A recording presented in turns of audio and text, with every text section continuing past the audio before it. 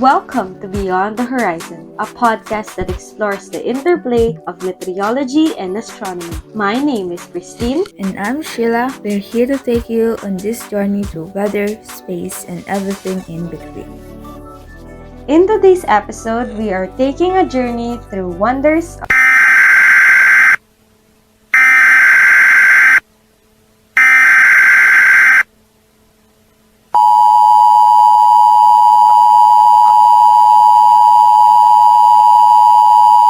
This is an emergency broadcast.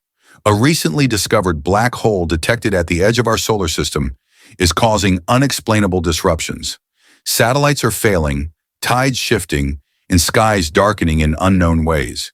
Stay indoors, remain calm, and prepare for the unknown. What will you do in a situation like this? Be with your family, pray, or just do whatever you want? These scenarios are what we often see in films and movies. But what will you think if I told you that this might happen? This scenario may seem like something straight out of science fiction, but it gives us a glimpse into the incredible and sometimes terrifying mysteries of the cosmos. Welcome to our second episode, Cosmic Wonders, where we are diving into amazing world beyond Earth, talking about the sun, moon, stars, planets, and even black hole and non-Earth objects.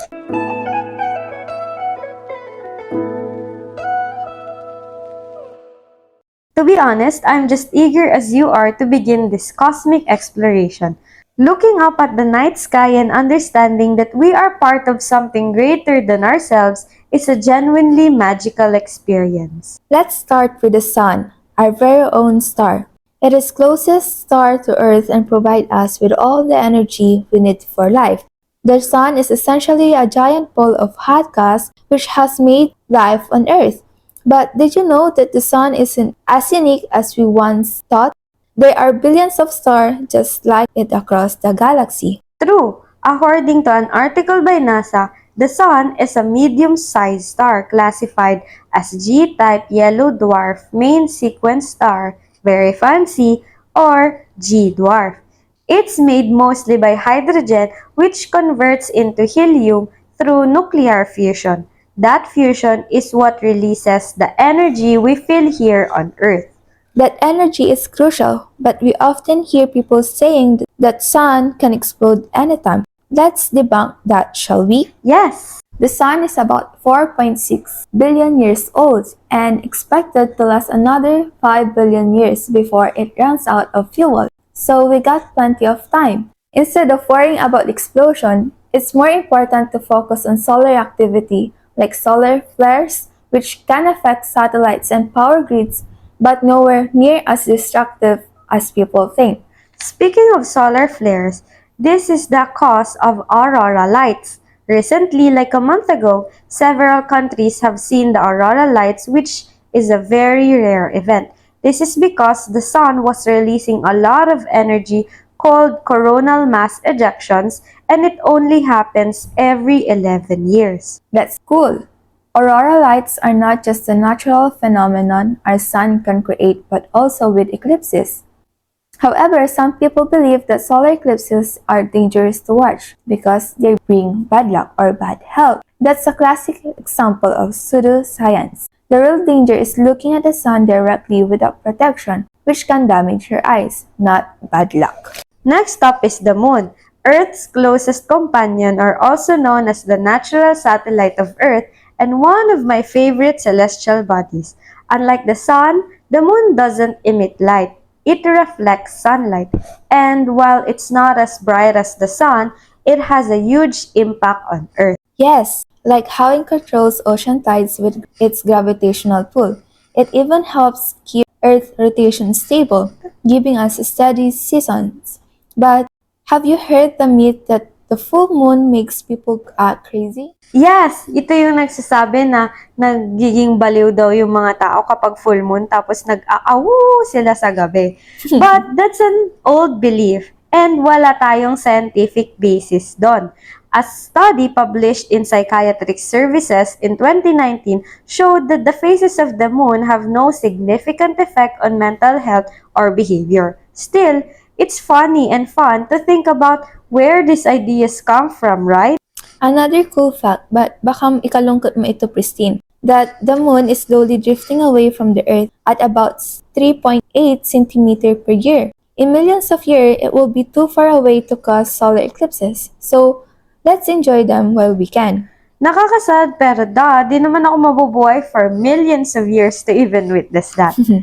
Well, that's pretty amazing and mind-blowing. And speaking of which, moon drifting, this actually slows Earth's rotation over time. In fact, yung days natin ngayon is much shorter millions of years ago.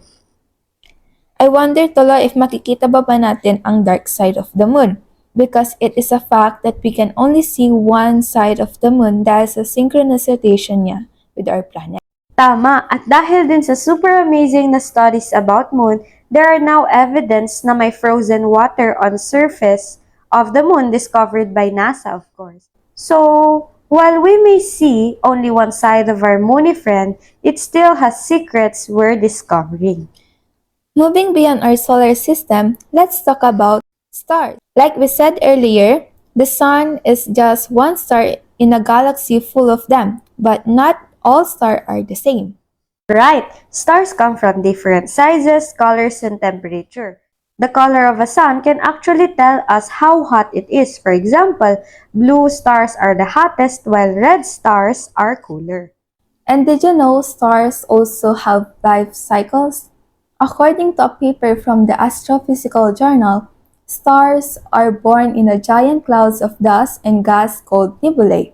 They go through stages like main sequence, red giant, and eventually, depending on their size, they either explode in a supernova or shrink into a white dwarf.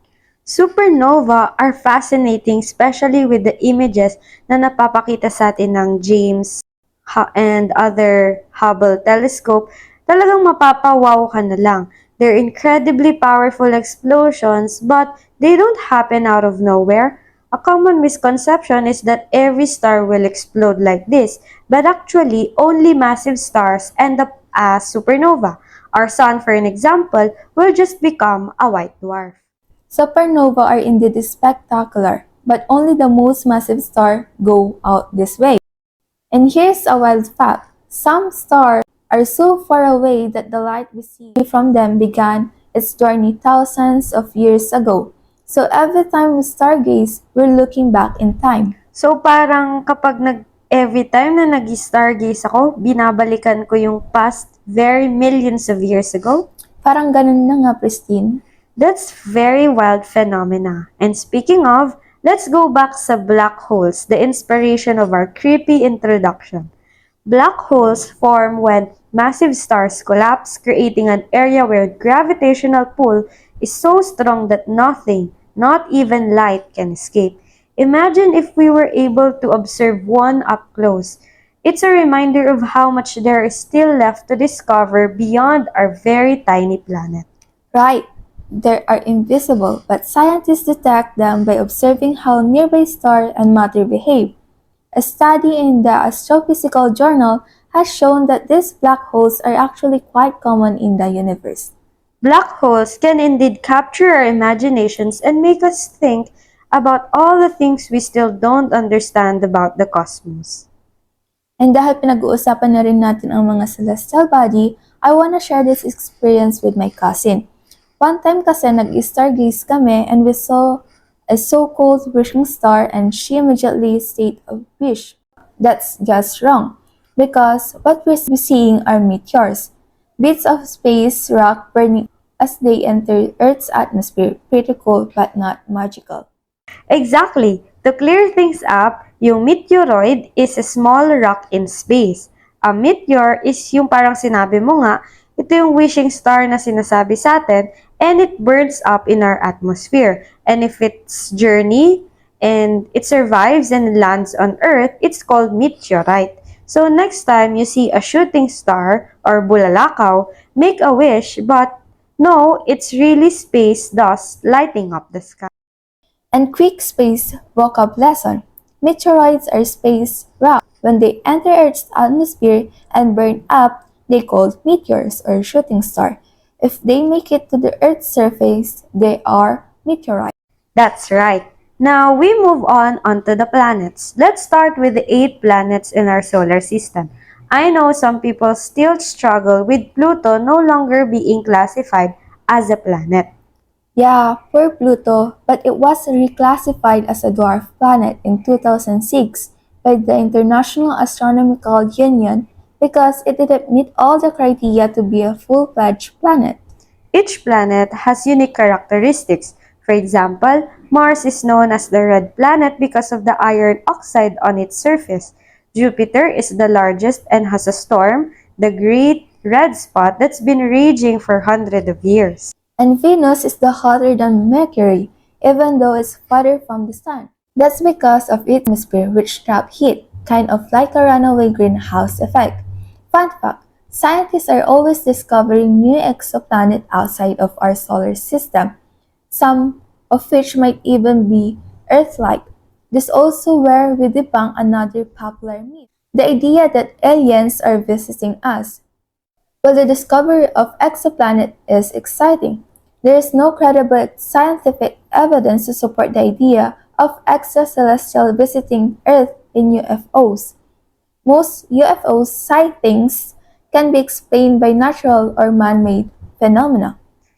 That's right. And beyond their solar system lie the galaxies. Our galaxy, the Milky Way, contains billions of stars and likely millions of planets. Who knows what lies out there? Maybe aliens and different celestial bodies. According to a study in Nature Astronomy suggests that while the condition for life may exist on other planets, we are still far from finding definitive proof. But still, I can't help but wonder if life exists somewhere out there. That's right, I can't also help myself to think about this at night. But we really live in one galaxy, and the universe contains countless others, each potentially with planets, stars, and phenomena of their own.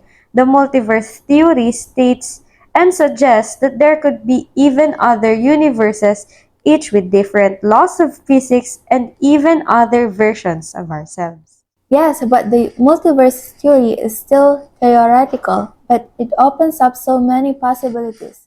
Just think about it. Somewhere, another version of you might be wondering the same thing. And that's a wrap on today's episode. We hope you learned something new about the sun, moon, stars, and planets. And we cleared up some common misconceptions. Remember, science is a journey, not just a subject. Let's keep our curiosity alive as we keep exploring. Make sure to follow us on Spotify and thanks for tuning in. Let's stay connected as we explore more amazing science in the next episode. Don't forget that it's okay to get a little lost in the wonder. See you next time and Keep your eyes on the sky.